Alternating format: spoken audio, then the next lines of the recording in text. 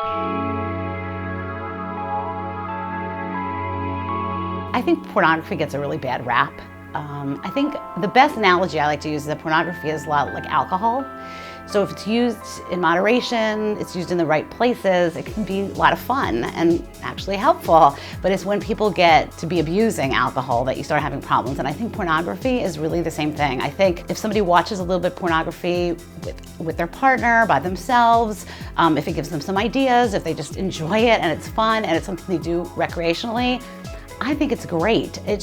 Pornography gets a bad rap because sometimes people get obsessed with it and it starts to create problems. Like people aren't having normal relationships because they're busy in their room with the door closed with the pornography, or they expect things out of relationships that aren't really very real because they've been watching a lot of pornography. So that's where it gets to be a problem.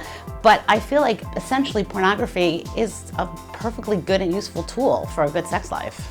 So I always tell couples when they want to talk to their partners about doing something new, anything new, whether it be pornography or trying a new position or doing it in a different room, I always say to them, bring it up not in the bedroom. Like bring it up at some other time when the both of you are sort of calm and relaxed and can talk, and say, there's some things I wanted to talk to you about our sex life. And in this case, you could say, look, I think it would really be fun to watch some kind of pornography.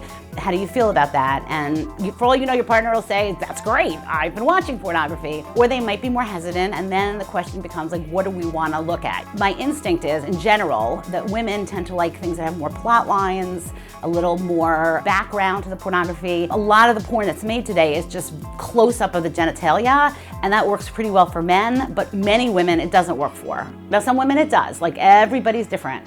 But I think having discussions about what kind of porn are we looking for, and let's try looking at some stuff together and seeing what we like and going from there, and that's the way the conversation should go. But it's not really different than a conversation about anything else about sex.